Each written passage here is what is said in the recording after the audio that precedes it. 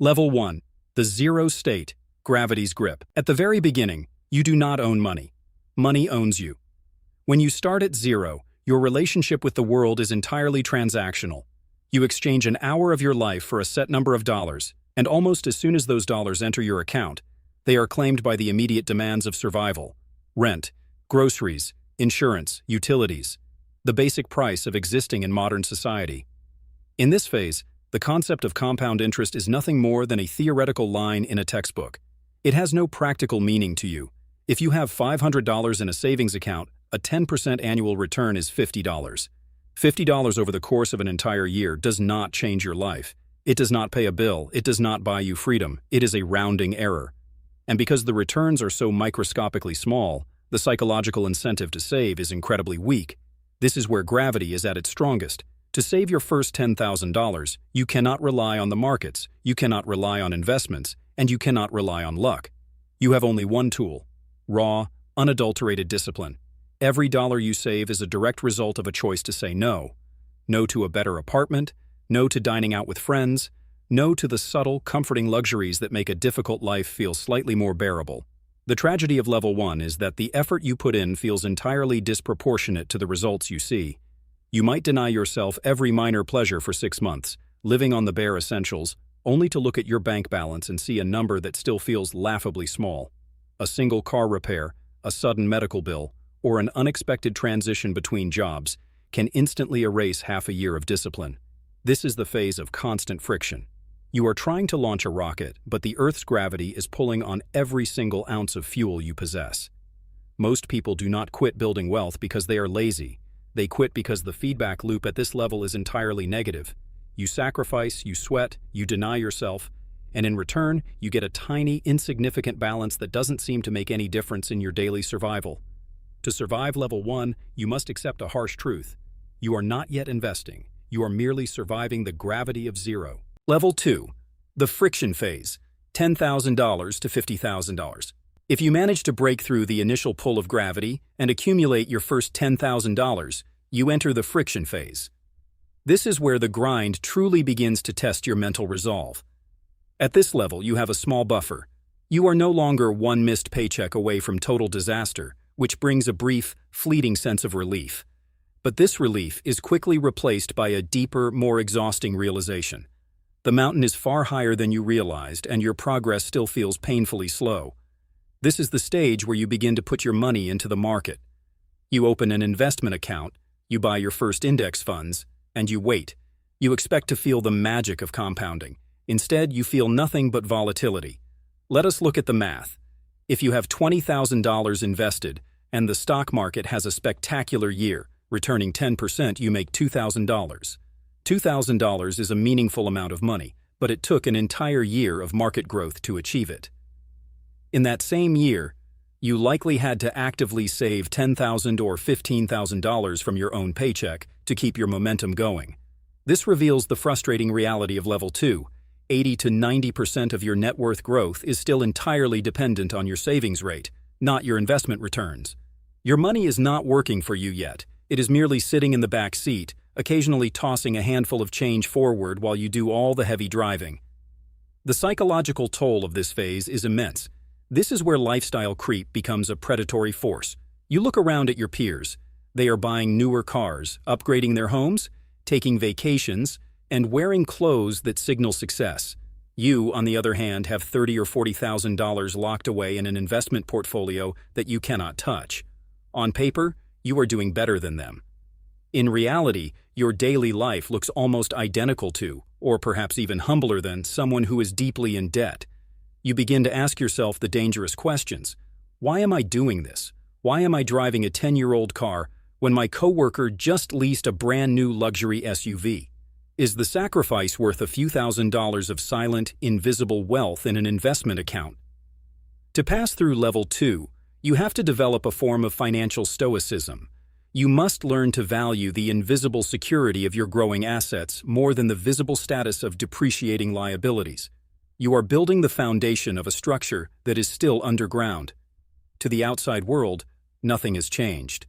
But beneath the surface, the concrete is quietly curing. Level 3. The danger zone. $50,000 to $100,000. As you cross the $50,000 mark and begin the long, agonizing crawl toward $100,000, you enter the most dangerous phase of the entire journey. This is the danger zone because for the first time in your life, you have a sum of money that feels significant. $50,000, $70,000, or $80,000 is enough to buy things that could radically alter your daily life. It is enough for a massive down payment on a luxury home. It is enough to buy a brand new sports car in cash. It is enough to take a year off from work and travel the world. The temptation to capitulate is never higher than it is right here. The initial survival panic of zero is long gone. You feel secure, but you do not yet feel wealthy.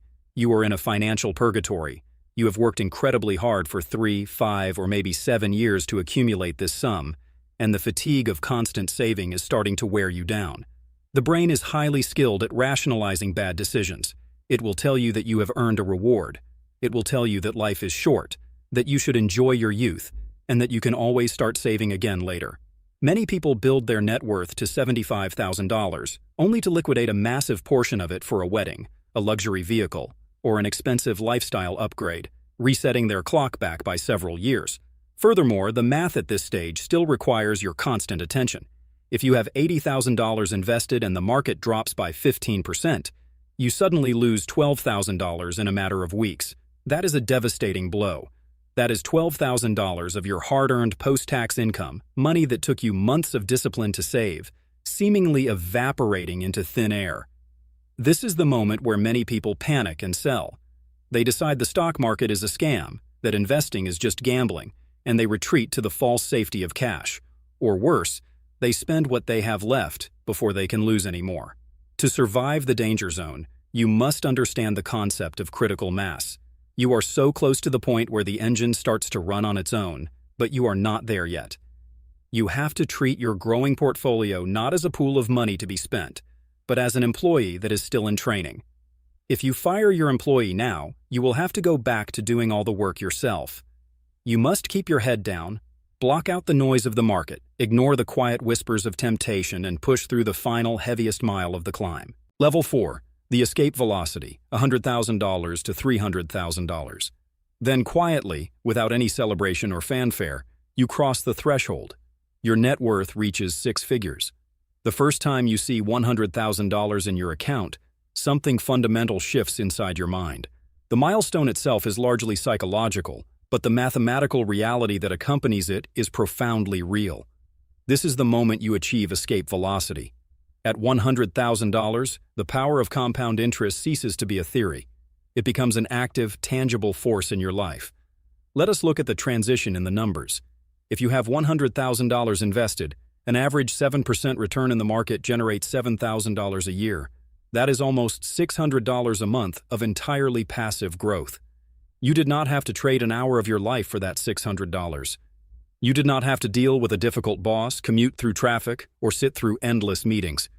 Your money did that work while you slept, while you ate, while you walked in the park. For the first time, you begin to realize that your savings are no longer doing all the heavy lifting. If your goal is to save $20,000 in a year, and your investments contribute $7,000 of it, you only need to actively save $13,000 from your paycheck. The burden on your shoulders has suddenly been reduced by more than a third. As you move from $100,000 toward $300,000, this effect accelerates with breathtaking speed. At $200,000, that same 7% return yields $14,000 a year. At this point, your money is likely earning more in passive returns than you were able to save in an entire year during your first few years of working. The relationship between effort and reward has flipped. In the beginning, 100% of your progress was due to your labor. Now, a massive portion of your progress is due simply to the passage of time. Psychologically, this is where a profound sense of peace begins to settle over your life. The underlying anxiety that defines modern existence, the fear of job loss, the stress of unexpected expenses, the constant pressure to perform, starts to evaporate. You realize that even if you were to completely stop saving today, even if you simply let your $300,000 sit in the market untouched for the next 25 years, it would quietly grow into over $1.5 million on its own. You are no longer running on a treadmill just to stay in place. You have built a vehicle, and you are finally sitting in the driver's seat, watching the landscape shift as you move forward with genuine, undeniable momentum. Level 5. The acceleration phase, $300,000 to $500,000. Between $300,000 and $500,000, the nature of your wealth undergoes a beautiful, almost eerie transformation. The flywheel is now spinning so fast that the wind it generates begins to pull you forward. At this level, you begin to experience weeks or even days where your portfolio fluctuates by amounts that equal your monthly living expenses. A simple 2% move in the market on a Tuesday can increase or decrease your net worth by $8,000 or $10,000. In the early days, a drop of this size would have caused a panic. Now, it is simply noise. You have developed the emotional calluses necessary to handle the volatility, because you understand that the long-term trajectory is inevitably upward. More importantly, your active savings rate now plays a secondary role to the performance of your assets. If you have $400,000 invested, an average annual return of 8% yields $32,000. Think about that number. $32,000 a year is more than the median individual income in many parts of the developed world. Your accumulated money has officially become a full-time, highly productive worker. This is the phase of silent confidence. You no longer feel the need to prove anything to anyone. The urge to engage in conspicuous consumption, to buy the flashing signals of wealth, disappears completely. When you have $500,000 quietly growing in the background, you realize that true wealth is not about what you buy. It is about what you can say no to. You can say no to a toxic work environment. You can say no to projects that do not align with your values. You can say no to the frantic, exhausting keeping up with the Joneses race that dominates the lives of those around you. You drive your modest car not because you cannot afford a better one, but because you simply do not care what the person next to you at the red light thinks. Your status is no longer tied to your possessions. It is tied to your autonomy. At level 5, you begin to realize that the mountain you climbed was not a peak of restriction, but a plateau of freedom. Every single sacrifice you made in your 20s or 30s, every time you chose to live below your means, is now paying you dividends in the form of pure, unadulterated time. You are reclaiming your life, hour by precious hour. Level 6. The inevitable climb, $500,000 to $1,000,000, and then you reach the final stretch. The climb from $500,000 to $1 million. When people look at the journey to $1 million from the outside, they assume that the second half of the journey, going from $500,000 to $1 million, takes just as long and requires just as much agony as the first half. But the laws of compounding dictate a very different reality. To go from $0 to $500,000 might take a dedicated saver 10 to 12 years of intense effort, high savings, and careful planning. But to go from $500,000 to $1 million often takes less than half that time, and it requires almost no active effort at all. Let us look at the math one final time. If you have $750,000 invested, an average market return of 8% generates $60,000 in a single year. That is $5,000 every single month, arriving silently, without fail. At this scale, your portfolio is doing 90% of the work. You could literally stop contributing a single penny from your paycheck. You could spend every dollar you earn from your job on enjoying your daily life, and your net worth would still rocket toward the $1 million mark with unstoppable force. The gravity that made the first $10,000 feel like a physical struggle has not just been overcome, it has been reversed. The mass of your wealth is now so large that it is pulling more money toward itself. You are no longer pushing a boulder up a hill. The boulder has crossed the crest and it is now rolling down the other side, gathering speed, weight, and power with every passing second. When you finally cross the $1 million mark, you realize a profound truth about the nature of wealth. The money itself is wonderful. It represents security, it represents choice, and it represents the ultimate luxury of owning your own time. But the most valuable thing you gained was not the $1 million. The most valuable thing you gained was the person you had to become to get there. The discipline, the patience, the emotional control, the ability to delay gratification, and the deep, fundamental understanding of how the world actually works. These are assets that cannot be lost in a market crash. They cannot be stolen and they cannot be taxed. The first $100,000 was a nightmare because it demanded that you break your old habits, defy societal expectations, and fight against the gravity of your circumstances. It was a test of survival. But because you stayed on the path, because you refused to let the friction slow you down, the next 900,000 was not just a possibility, it was inevitable.